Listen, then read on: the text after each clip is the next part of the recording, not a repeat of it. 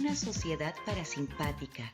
Releemos la contingencia desde una mirada neuropedagógica inclusiva y con pensamiento crítico. Hola, bienvenidos y bienvenidas todos y todas a un nuevo capítulo de Una Sociedad Parasimpática. Soy Felipe y como siempre aquí con mi partner, compañera Marcela Andrews. Marce, ¿cómo estás? Hola Felipe, bien, ¿y tú? Bien, gracias. Un gran saludo a todos los que están por ahí escuchándonos. Ojalá que el tema de hoy día los encienda las antenas porque está bien interesante. Hoy día vamos a hablar del estrés, Felipe. El estrés, gran tema. Recordemos ahí, etimológicamente la palabra viene del inglés, ¿sabías?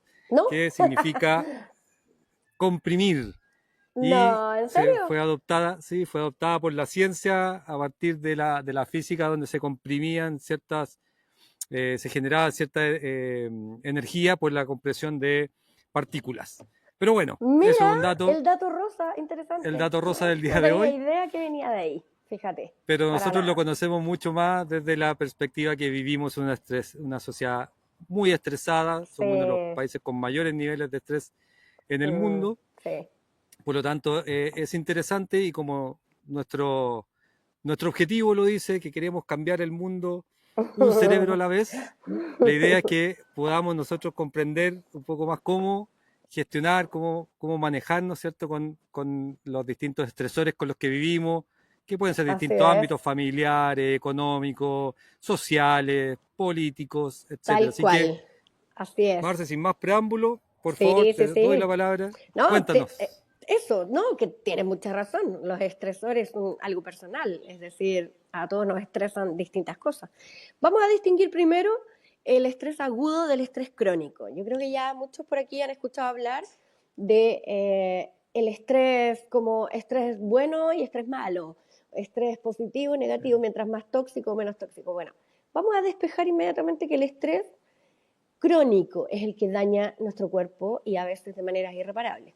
El estrés agudo, en cambio, es una reacción fisiológica breve que se da ante un estresor del día a día, pero que es una energía que nos moviliza para poder enfrentar la vida, ¿no? En general esto es adaptativo, necesitamos mantenerlo en equilibrio y se da por situaciones cotidianas. Por ejemplo, no sé, tú vas camino a tu trabajo y te chocan el auto. Obviamente que es una situación que a uno lo estresa, que lo va a enojar, pero no te va a dejar con secuelas de largo plazo si tú lo abordas bien. Claro.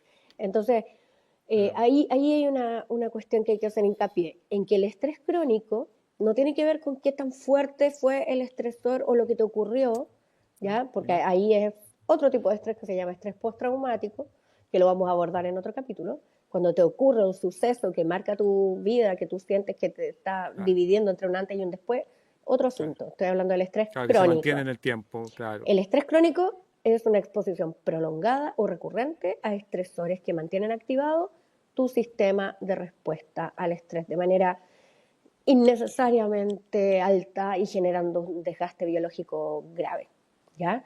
Lo que enferma el cuerpo entonces es el estrés crónico, que quede claro para todos. ¿Por qué? Brevemente, una introducción así como neurobiológica. Tenemos un eje que se llama HPA, que es hipotálamo pituitaria adrenal. Da lo mismo, son 3 glándulas en distintas zonas de nuestro cuerpo que responden al cortisol, que nos ayudan a procesar el exceso de cortisol que se desencadena cuando hay un estresor, ¿ok? Y este eje, la idea es que no quede alterado con niveles más altos de los que puede procesar, ¿me entiendes? Porque cuando queda alterado, la sensibilidad al cortisol lo va perdiendo y esto va a llevar necesariamente a una disfunción que, digámoslo en términos más sencillos, pueden desencadenarse enfermedades neurodegenerativas, ¿ok? Esto tiene que ver con el Alzheimer, con el Parkinson, sí, a largo plazo. Aquí hay, lamentablemente, atrofia del hipocampo. Hay desconexión entre zonas de nuestro cerebro, como por ejemplo el aprendizaje, la memoria, a propósito del aprendizaje de la atrofia del hipocampo, porque si vamos desconectando poco a poco por la reducción de dendritas, ¿no? Que son estas como pelitos que se ven en el microscopio que salen de la neurona, no importa si no lo recuerdan, pero tenemos dendritas en la neurona. Esas dendritas están buscando la activación, ¿ok? Y si esas dendritas se empiezan a cortar o a disminuir en cantidad, en tamaño, qué sé yo, y en calidad, nuestros impulsos, nuestras sinapsis se vuelven más débiles y Claro, a la larga podemos ir perdiendo incluso tejidos, como ocurre con el sistema hipocampal, con el hipocampo. claro. Entonces, Hablamos de esto en el capítulo 3, me parece, sí, el sistema límbico. sí, puede ser que lo nombré cuando hablamos del sistema límbico, pero lo que quiero Sí. recalcar acá es que ocurre una neuroinflamación que daña tejidos, o sea, eso es Mm. efectivo, ¿ok? La alta sensibilidad al cortisol, además de todo lo que conlleva, porque si estás más encima desconectando este sistema límbico de la corteza, o sea, es un clásico ver que las personas que están muy estresadas, el primer rasgo es que empiezan a tener y una irritabilidad que no la logran contener. Sí, Reacciones exageradas por cosas que para uno puede pensar, pucha, no tenía sí, sentido. Y cambios en el estado de ánimo, qué sé yo. Eso es visible, sí. ¿ok? Mira, hay una cuestión que es clara y es que algo que ocurre de manera tanto inmediata como en el largo plazo es que el control inhibitorio se ve afectado. ¿Ya? Entonces, las respuestas automáticas que se dan bajo estrés eh, comprometen la flexibilidad cognitiva, la tolerancia ante los demás, Claro, te aísla, entonces claro. tiene efectos sociales también. ¿Tú te acuerdas? Tú- Me interrumpo aquí un poquito para Dale. preguntarte si tú recuerdas que el otro día hubo una candidata que estaba, bueno, el otro día, bueno, ya igual fue hace tiempo, Sí, hace muy un par de semanas. enojada. Ya sé dónde vas. Fue, Ya sé dónde vas. ya, vamos, anda tú mejor. No, Si ya no, cachaste, anda tú. sí, que a una candidata se la acusó, o sea, se le tildó de tener Alzheimer, Así, tal cual. porque se veía y podría haber estado pasando por algún periodo de estrés, que Sí, los que yo he estado en campañas políticas son muy estresantes sí. y son Ah, de ¿verdad? muchos temas dando vueltas, etcétera. Mm, mm. Por lo tanto, claro, saben de esto, pero claro, usaron eso como un argumento que es muy complejo tratar una enfermedad así como para atacar a una persona. Sí, sí. Un tema sensible. Es complejísimo, ¿sabes por qué? Porque finalmente estamos ocupando siempre la salud mental para ofender a otros, Sí, como sí, estigmatizando y, sí. o sea, Y visiblemente, caricaturizando también exacto, caricaturizando. las Mira, enfermedades. ella se veía, yo vi los videos, se veía visiblemente alterada, o sea, una mujer que perdía de repente el hilo de lo que estaba hablando, se quedaba callada, hiperreaccionaba frente a algunas cosas. ¿Te acuerdas que mandó a callar a una vocera? O sea, no, de verdad, se estaba portando súper mal. Estrés, estrés, o sea, Sí, no es más. Yo no sé, no puedo dar fe de que en 10 años más esta señora no va a tener Alzheimer o sí, pero más allá de eso, ¿con qué derecho y liviandad acusamos a una persona de tener una enfermedad de salud mental? sí. Ocupamos eso para denostarla. O sea, necesitaba hacer el comentario porque realmente No, el Alzheimer no es algo que se pueda tomar para la chacota. Ninguna exacto. enfermedad neurodegenerativa ocurre de un momento a otro, es una acumulación de años. Y eso depende de nuestro sistema de creencias. Ya voy a ir con eso y te lo voy a comentar. Para cerrar este punto de los efectos de largo plazo, mira, nuestro cuerpo lo sabe, Felipe. Nuestro cuerpo lo sabe, me encanta ese dicho, tu cuerpo lo sabe. Presión arterial aumenta, elevada, mucho más de lo que para uno es normal. Enfermedades metabólicas, disfunciones cardiovasculares, Sí. alteraciones inmunológicas. Eso es cuadros de enfermedad que vienen a propósito del estrés, ¿ya? ¿No? Y quienes hemos sufrido episodios de estrés Uh -huh. por algunos periodos de repente quizás Prolongado. prolongados, hemos experimentado, sabemos, efectivamente, yo doy fe de eso, uno se siente distinto, anda más irritable, como dijiste, ¿cierto? Pero lo más grave, claro, es cuando ya incluso aparecen síntomas, por ejemplo, como presión arterial. Probablemente tengo aquí a la jauría, no sé si se escucha Un poco, pero ladrando da por lo ahí. mismo. ¿No? ¿Pero Ya. no te estresan? No, no me estresan, al Ah, ya, contrario. entonces no, a mí tampoco. Al contrario. Pero Sí, a lo que voy, claro, afecta. uno sabe, uno lo siente, Mm, pero claro, es importante conversarlo, así como tú lo estás planteando, para que lo podamos reconocer, eh, para que para que no lo dejemos pasar de pronto, ¿cierto? Es importante Mm. en ese sentido. Sí. Felipe, ¿tú sabes lo que es la carga alostática? Uy, no, cuéntame. Mira, la carga alostática es el desgaste corporal acumulado por la exposición repetida al estrés crónico. Es decir, cuando tú no haces caso de las señales de tu cuerpo y continúas exponiéndote a aquellos estresores y a aquellos factores que realmente te están haciendo mal, se va generando un deterioro en varios sistemas corporales al mismo tiempo, ¿ok?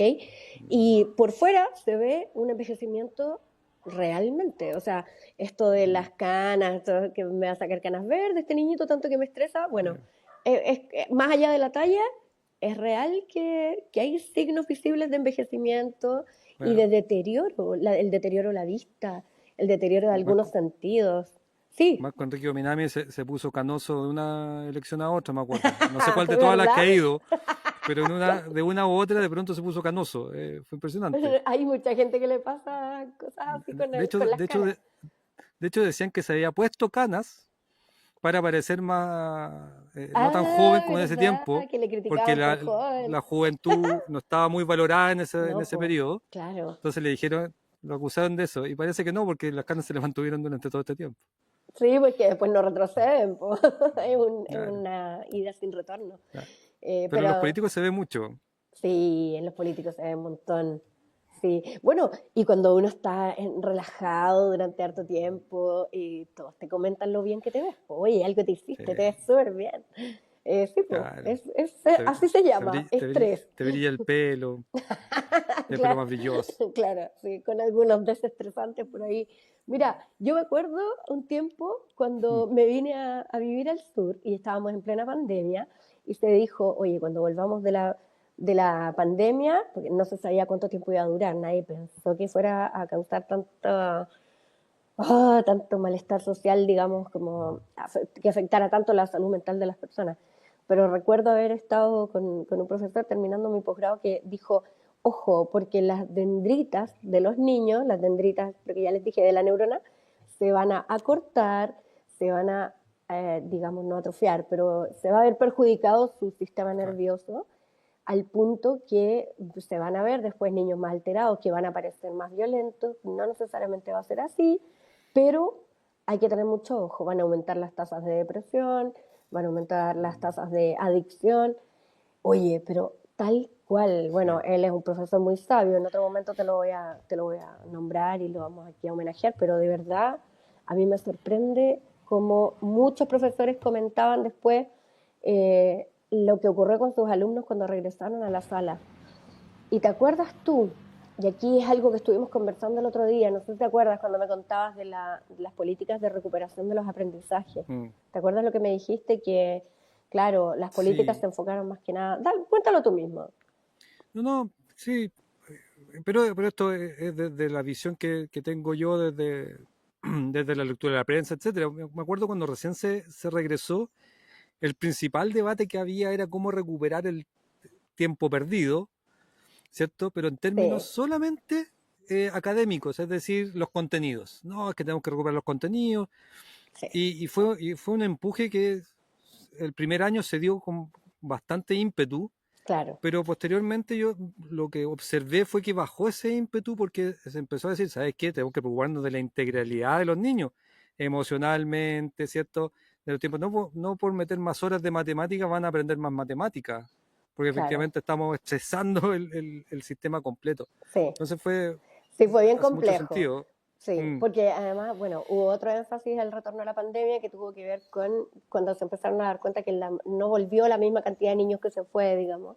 Entonces, la reinserción, gran tema. pero también, ojo, que ese era el momento para preocuparnos perdón, todos son generales después de la guerra, pero es que es un tema que a mí me toca mucho y me dolió porque ¿de qué hay que preocuparse? De su estabilidad emocional. Había que tener recreos muchísimo más largos, dar mucha más oportunidad de jugar y de volver a socializar. Los niños se construyen como ser humano en sociedad, bueno, todos nosotros, pero los niños con mayor Sí, razón necesitan el vínculo y la interacción en el juego. Entonces, ¿de sí. De qué hecho, sirve la recuperación de los contenidos si nunca ha sido ese el centro de hay, la labor educativa? Eso es no, nunca fue el centro en los contenidos. Hay, Entonces, hay una estadística que a mí siempre me pareció muy interesante, que podrías corregir los números porque estoy parafraseando de lo que recuerdo, pero alrededor de un 60% del conocimiento se obtiene fuera del aula ya, y un 40% en el aula, y tiene que ver con la relación en el fondo que se genera con sus pares, con los profesores, ¿cierto? Que no es netamente académica y academicista. Y aquí también quería hacer como un parangón con lo que nosotros observamos a niveles sociales respecto de la productividad en Chile. Somos uno de los uf, países que más trabaja y somos uno de los menos productivos. Entonces, y quieren aumentar la productividad muchos, aumentando las horas de trabajo. Cuando a mi modo de ver y la experiencia internacional nos dice que funciona completamente al revés. Es decir, ¿saben qué? Si trabajemos menos horas, pero trabajemos las mejor. Y eso ujú, ya ujú. podría, es como han enfrentado la productividad países desarrollados, ¿cierto? Sí, sí, Pero por nosotros supuesto. seguimos aquí peleando, ¿no? De que 44 horas a 40 horas, ¿cierto? Que por suerte salió esa ley, Sí, menos pero mal, no, sí, no estamos teniendo una función de decir, ¿sabe qué? Si nuestros trabajadores, colaboradores, como dicen, les gusta decir a las empresas, claro. están mejor, están menos estresados, van a ser más productivos. Entonces, si yo los Claro. dejo, y eso quizás la pandemia, una de las pocas cosas buenas, si es que la única, que nos enseñó que la presencialidad de los trabajos no necesariamente era factor exclusivo de Sí, un mejor trabajador, exactamente, de ¿cierto? Es productividad. decir, de productividad, tener al trabajador 8 horas sentado, de las cuales te trabaja 3 o 4 efectivamente, porque terminó su trabajo, te está haciendo una pérdida de 4 horas, no sé. Sí, Entonces te entiendo, mira, hay que revisitar de pronto ese debate y principalmente desde lo que hablamos del estrés de las personas, quizás. sí, sí, te entiendo. Quiero acotar con algo. Mira, Dale. cuando el... Ah, gracias. Ah. Lo que pasa es que es verdad, se vio desde el punto de vista el tema de la legislación de las 40 horas, se vio desde el punto de vista que los padres puedan estar más tiempo presentes con sus hijos. También ahí hay un tema de prevención de muchos peligros que tiene en el vínculo también afectivo, que los niños pasen solos tantas horas, el estrés que significa la cantidad de horas que se trabaja al día y los tiempos de traslado, por ejemplo, Gran punto. interurbanos en las regiones o Sí. dentro de Santiago, que es 1 hora y media, yo recuerdo, para llegar al colegio. Entonces, ya, por ahí súper bien, pero nadie ha hablado de la importancia del ocio. El ocio es, y lo vamos también, ¿sabéis qué? Voy a Excelente anotar punto. al tiro que lo hablemos en otro capítulo de manera relajada y extendida, porque el ocio Sí, es un factor neuroprotector, Felipe. Factor neuroprotector. absolutamente. Como para los niños es jugar, para los adultos el ocio es un factor neuroprotector. Así que hay que mencionarlo. Bueno, pero Sí, totalmente. para ir redondeando y cerrando con esta idea, quiero hacer el énfasis en lo siguiente. Desde el 2022 se viene proponiendo una valoración cognitiva del estrés como bueno y malo o como tóxico y no tóxico. Y frente a eso te quiero decir, ya existe la palabra eustrés y distrés, que vendría siendo la negativa, pero más que poner el énfasis en si es bueno o malo, me gustaría poner el énfasis en que para mí, lo digo a título personal, el estrés es algo neutral, ¿ok? No tiene que ver con bueno Ya, o malo o si el estresor es uno o el otro, sino existe. en la... claro, existe, pero sino en la exposición que tengamos prolongadamente a eso y en que esto viene de la interrelación entre lo psicosocial, ¿por qué? Porque somos seres psicobiológicos, perdón, biopsicosociales. Ese es Digo, el sí. término, más precisamente. Somos seres biopsicosociales y nuestro estrés viene de lo que es psicosocial. En otras palabras, está confirmándose, y voy a dejar acá abajo la investigación, que existe una correlación positiva entre el estrés psicosocial y los niveles de cortisol. ¿Qué quiere decir esto? Que se valida la activación subjetiva del estrés, mostrando que se traduce en respuesta neuroendocrina. Lo voy a decir ahora en castellano. Por favor. Sí, lo voy a decir ahora en castellano. El estrés es subjetivo. dejen a las personas tranquilas con que el estrés no es juzgable, por favor. Claro. Existe una realidad psicosocial en la mente de cada uno que te va a llevar a el camino de mayor o menor cortisol. Si nosotros estamos todo el tiempo pensando, supongamos, que nuestros vecinos son una amenaza, que no quiero que me vean, que tengo que esconderme, que tengo que mantener mi privacidad, que los otros están en mi contra, que nuestro sistema de ideas enferma Claro. nuestra respuesta neuroendocrina, perdón, exagera nuestra respuesta neuroendocrina y nos enferma. El nivel de cortisol que mantenemos en el cuerpo no depende ni de en qué trabajamos, porque hay, no sé, CEOs de grandes compañías que tienen un montón de Claro. carga laboral o mamás de 8 hijos que están súper relajadas. No tiene que ver con la realidad que todos los demás perciben, sino cómo la percibimos nosotros, ¿ya? Y tenemos niveles que son totalmente personales de estrés, ¿ok? Claro. Somos todos diversos, además, todos, Exacto, sí, es parte de todo, nuestra neurodiversidad, es parte de nuestra exacto, claro. neurodiversidad y se conecta con nuestro sistema de creencias, se conecta con nuestro sistema de resolución de De- conflictos, que también es algo psicológico. Mira, perdón que hable de mí misma, pero voy a contar una pequeña experiencia personal. Adelante, El por favor. año, Por eso estamos acá. el año pasado y antepasado estaba a cargo de un área en un hospital, el área de comunicaciones, ¿ya? Y no era un trabajo estresante a ojos de muchas personas, porque era entretenido. Nosotros andábamos grabando, entrevistando a los médicos, hacíamos cosas bien, bien choras. Hacíamos charlas para la comunidad, qué sé yo. No tenía una exigencia así terrible del horario. Y aún así yo estaba muy estresada. No voy a mencionar detalles, pero estaba muy estresada, al punto de llegar a Mm. enfermarme. Muchas personas no lo podían comprender. Sin embargo, cuando estaba en el curso y trabajaba como profesora, con 30 niños que muchas veces llegaban el día lunes, tenían pero la vida completa para contarte lo que habían hecho el fin de semana, no se querían quedar callados, no querían trabajar.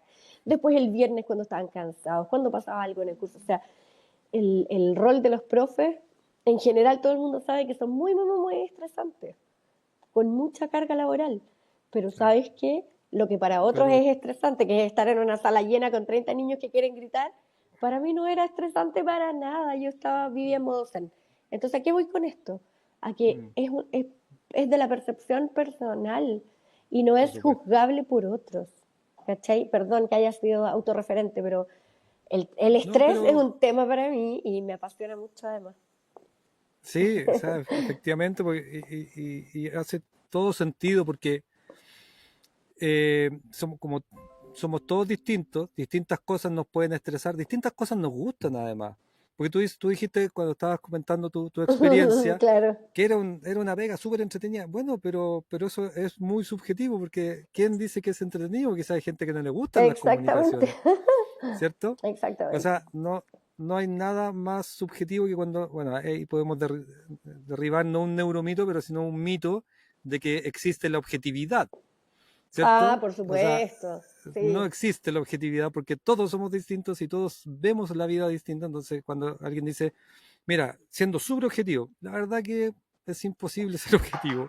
Puedes estar siendo un claro. poquito menos subjetivo y tratar de sacarte algunas cargas tuyas que le estás dando a eso, Sí, pero finalmente no podemos llegar a eso. Entonces, cuando sí. vemos la vida todos diferentes, es porque también nos afecta la vida a todos diferentes y ciertas cosas que a otros pueden estresar, a nosotros nos pueden gustar y no tiene nada de malo. Exactamente. Es. Entonces Sí. me encantó como tú dices que el estrés es neutral.